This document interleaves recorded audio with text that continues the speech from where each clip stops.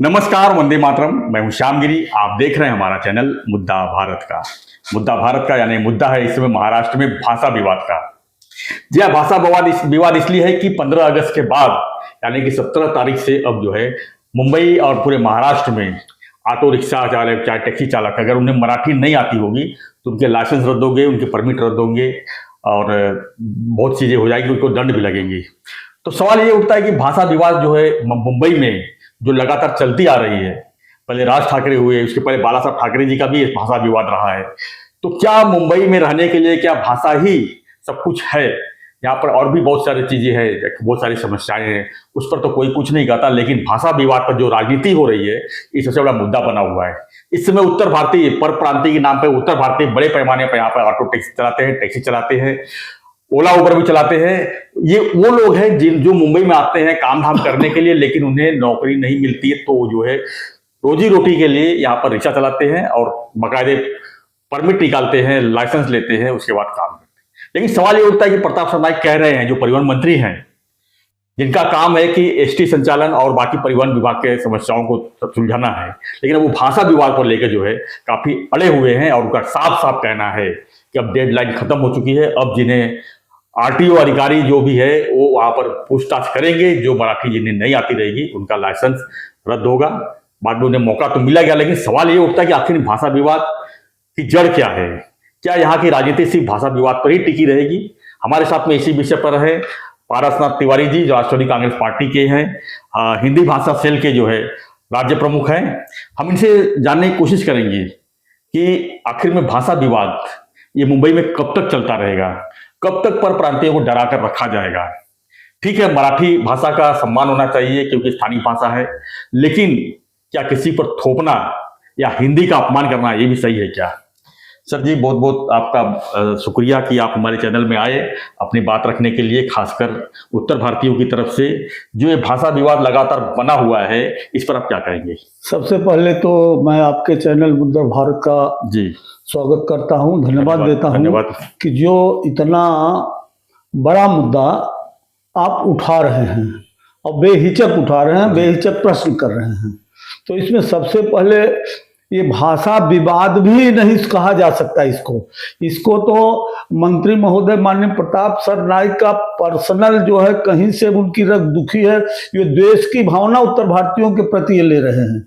आप हमको बताइए, ये मराठी गैर मराठी का भाषा केवल रिक्शा ड्राइवर और टैक्सी ड्राइवर और ओला उबेर वालों को ही क्यों? जी, इसका मतलब क्या है? सबसे बड़ा सवाल है। सबसे बड़ा सवाल ये है कि क्या प्रताप सरनाइक क्या चाहते हैं? और वो न्यायाधीश है क्या? 1.5 महीने का समय दे दिया, 2 महीने का समय दे दिया।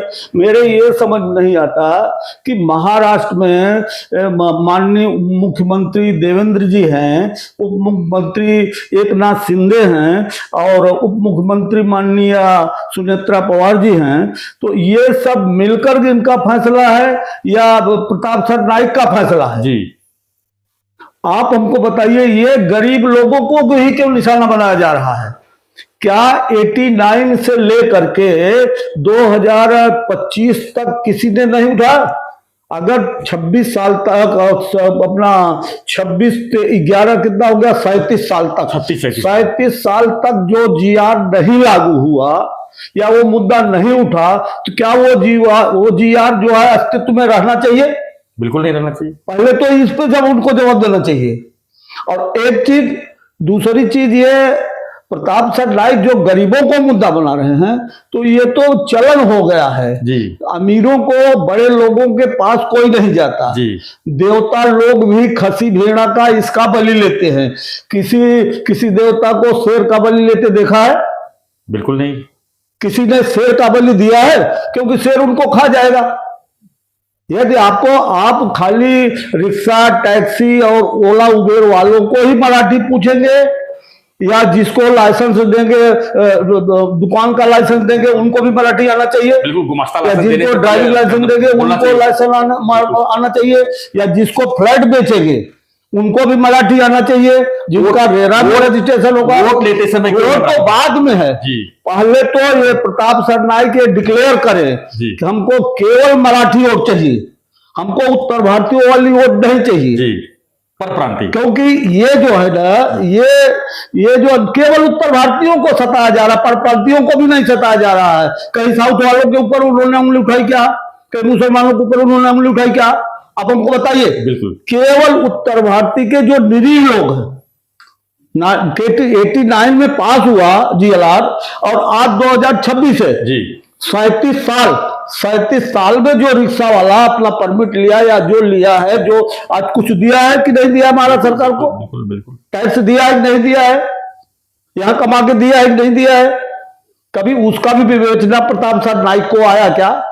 प्रताप सरनाईक सीधा मराठी वोट के चक्कर में राज ठाकरे, उद्धव ठाकरे बनना चाहते हैं जी, और वो जिंदगी बन नहीं सकती। लेकिन सर सरकार में है, सरकार में मंत्री हैं, तो सरकार क्यों कुछ नहीं बोल रही है? वही हो रहा है ना, साहब कुछ नहीं बोल रहे हैं, शिंदे साहब के तो पार्टी में नेता ये शिंदे साहब भी अभी तक कोई ये जो गरीब उत्तर भारतीयों या गरीब पर प्रांतियों के ऊपर जो भी बवाल मचाया जा रहा, जो भी उनको सताया जा रहा, जो भी उनको डराया जा रहा, ये हमारे गद्दार पैसा पे बिकने वाले पार्टी के कार्यकर्ताओं के नाते हो रहा है जी। वो पार्टी कार्य पैसा लेकर के या गद्दारी करके पद के लालच में मराठी नेताओं की चापलूसी करते हैं। नहीं, अगर ये मैं चैलेंज देता हूं प्रताप सरनाईक को रिजाइन देवे और यहां से लड़े, और मैं भी उनके सामने लड़ता हूं जी। मैं चैलेंज देता हूं कि हमको देखिए कितनी मराठी वोट हमको मिलती है, उनसे ज्यादा मैं महाराष्ट्र के प्रति ईमानदार हूं। वो महाराष्ट्र के प्रति ईमानदार नहीं है, वो केवल वोट के प्रति ईमानदार है। उन्होंने पक्ष क्यों बदली किया? उन्होंने कांग्रेस से एनसीपी, एनसीपी से शिवसेना, शिवसेना से फिर शिंदे सेना, तो वो ईमानदार है महाराष्ट्र के प्रति की पारदास तिवारी ईमानदार है। आप ये देखिए, बहुत हो चुका। अब जो है वो सीधा सीधा जो है अभी सभी राजनीतिक पार्टियों को खुल करके अपना वो देना पड़ेगा कि आप किसके साथ में हो। आपका क्या स्टैंड रहेगा आप इस स्थिति में? आप मैं ये लड़ाई लड़ूंगा जी, मैं उनकी लड़ाई लड़ूंगा, भले हमको कोर्ट में जाना पड़ेगा, मैं लड़ाई लड़ूंगा उनकी। किस तरह लड़ेंगे, कैसे लड़ेंगे आप? अभी फिलहाल तो नियम लागू हो गया है, नहीं, कल से कार्रवाई शुरू हो जाएगी। नहीं, कार्रवाई शुरू करें ना वो जी। कार्रवाई शुरू करने के बाद उसको किसको भुगतना पड़ेगा? महाराष्ट्र को ही भुगतना पड़ेगा ना। बिल्कुल। आप बताओ, हम महाराष्ट्र के खिलाफ कहां हैं? हम मराठी के खिलाफ कहां हैं? हम पत्र लिख रहे हैं उत्तर प्रदेश के मुख्यमंत्री को, हम पत्र लिख रहे हैं बिहार के मुख्यमंत्री को कि आप वहां तीसरी भाषा मराठी लाइए। हमारे लोग महाराष्ट्र में आते हैं उनके मराठी सीखने के लिए, संस्कृत के साथ साथ आप जो है मराठी भी वहां सिखाइए। हम मराठी के लिए ईमानदार हैं और आप वोट के लिए ईमानदार हो, महाराष्ट्र के ईमानदार नहीं हो। नुकसान किसका होगा? आप हमको बताइए, कल से आप रिक्शा टैक्सी बंद करोगे, वो क्या तकलीफ उसके पास, आपके पास क्या उसका वो है? जितने रिक्शा टैक्सी बंद हो जाएंगे, ओला बंद हो जाएंगे, उसके लिए आपने प्रावधान क्या किया है? जो यात्रियों को तकलीफ दी होगी, कोई प्रावधान किया है क्या? सबसे पहले आप उसको सोचो।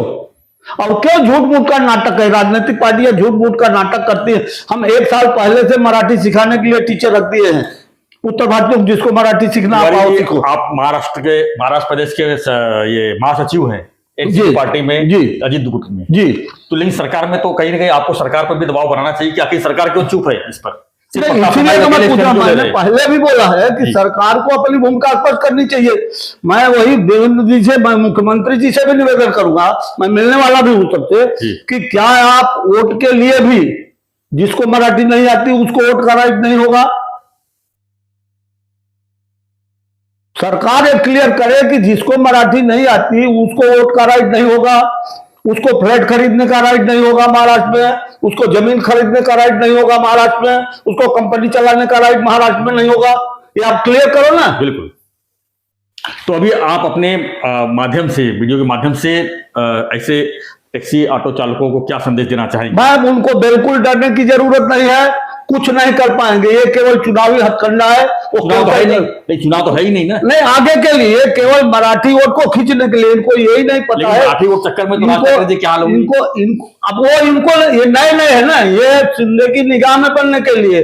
आप हमको बताइए, आप मराठी वोट में कांग्रेस लेगी कि एनसीपी लेगी दोनों, कि शिवसेना दोनों लेगी, कि बीजेपी लेगी, कि आरपीआई लेगी? कितने गुट है?